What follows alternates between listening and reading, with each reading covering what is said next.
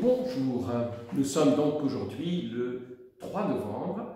Hier, nous avons célébré, plus particulièrement dans toute l'Église catholique à travers le monde, eh bien, nous avons célébré l'espérance pour les défunts, puisque ce que désire un chrétien, c'est voir Dieu à travers ses frères, c'est vrai, tout au long de la vie, à travers les sacrements, mais le voir aussi de cœur à cœur, d'être semblable à lui, parce que nous espérons le voir tel qu'il est. Alors aujourd'hui, cet évangile nous met en relation avec Jésus et les pharisiens. Voilà que Jésus est reçu chez les pharisiens et il prend un repas. Et voilà qu'un pharisien, plutôt bien disposé, dit à Jésus « Oh, une béatitude, oh, heureux, celui qui prendra son repas dans le royaume de Dieu ».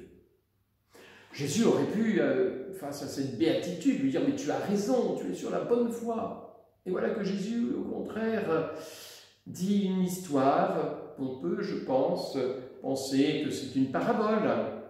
Voilà, un maître voulait faire un repas. Et puis les invités au repas ont trouvé tous les bons prétextes pour ne pas aller à ce repas.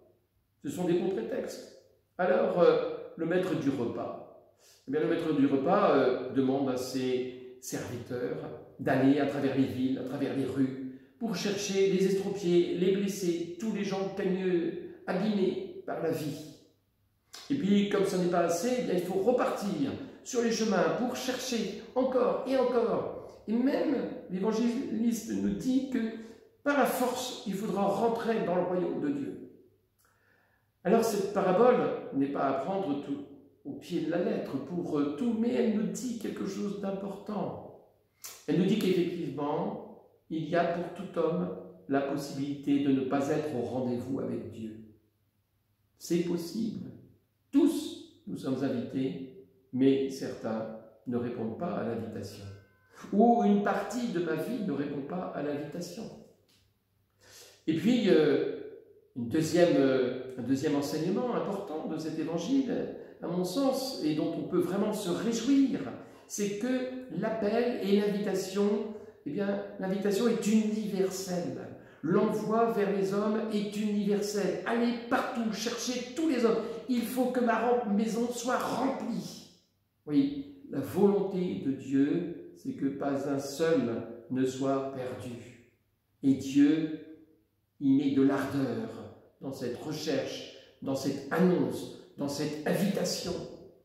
Et cette force dont il est question est peut-être moins d'exprimer de la force sur les autres que d'exprimer la force avec laquelle Dieu va inviter. Cette force, c'est l'obéissance du Christ. Cette force, c'est le sacrifice du Christ. Cette force, c'est le Christ en croix. Il dit « Père, pardonne-leur, ils ne savent pas ce qu'ils font ». Cette force, c'est le Christ qui crucifie le péché dans son acte d'offrande amoureuse au Père. Cette force, c'est la résurrection du jour de Pâques. Alors, aujourd'hui, essayons de prendre cet évangile pour nous-mêmes et nous interroger, oui Seigneur, si je sais que d'une façon large, tu appelles, si je sais qu'aujourd'hui encore l'Église inlassablement appelle et annonce ton amour et ton royaume et le repas dans ton royaume, quelle est ma réponse, Seigneur, à cet appel de l'Église? Mais Seigneur, je veux aujourd'hui garder cette bonne nouvelle. Inlassablement, tu sors pour aller nous chercher. Inlassablement, comme dans les travailleurs de la 11e heure, de la dernière heure, tu sors inlassablement pour chercher les travailleurs à ta vigne. Inlassablement, tu es dehors pour attendre le retour du Fils prodigue. Inlassablement, Dieu, tu es celui qui envoie des ouvriers à la moisson. Inlassablement, Seigneur, tu viens dans ce monde qui est le nôtre. Nous avons besoin de relire cet évangile pour, parfois, eh bien, nous convaincre qu'aujourd'hui encore, Seigneur, en France, dans nos villages, dans nos villes, tu appelles, tu frappes à la porte des hommes, tu agis. Mais il n'en reste pas moins que chacun d'entre nous nous sommes face à la réponse que nous pouvons donner au Seigneur.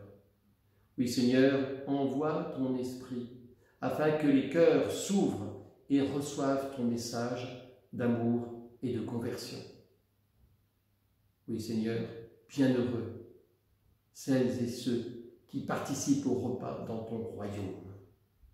Puissions-nous désirer en être et puissions-nous désirer relayer l'invitation à un toujours plus grand nombre d'hommes et de femmes.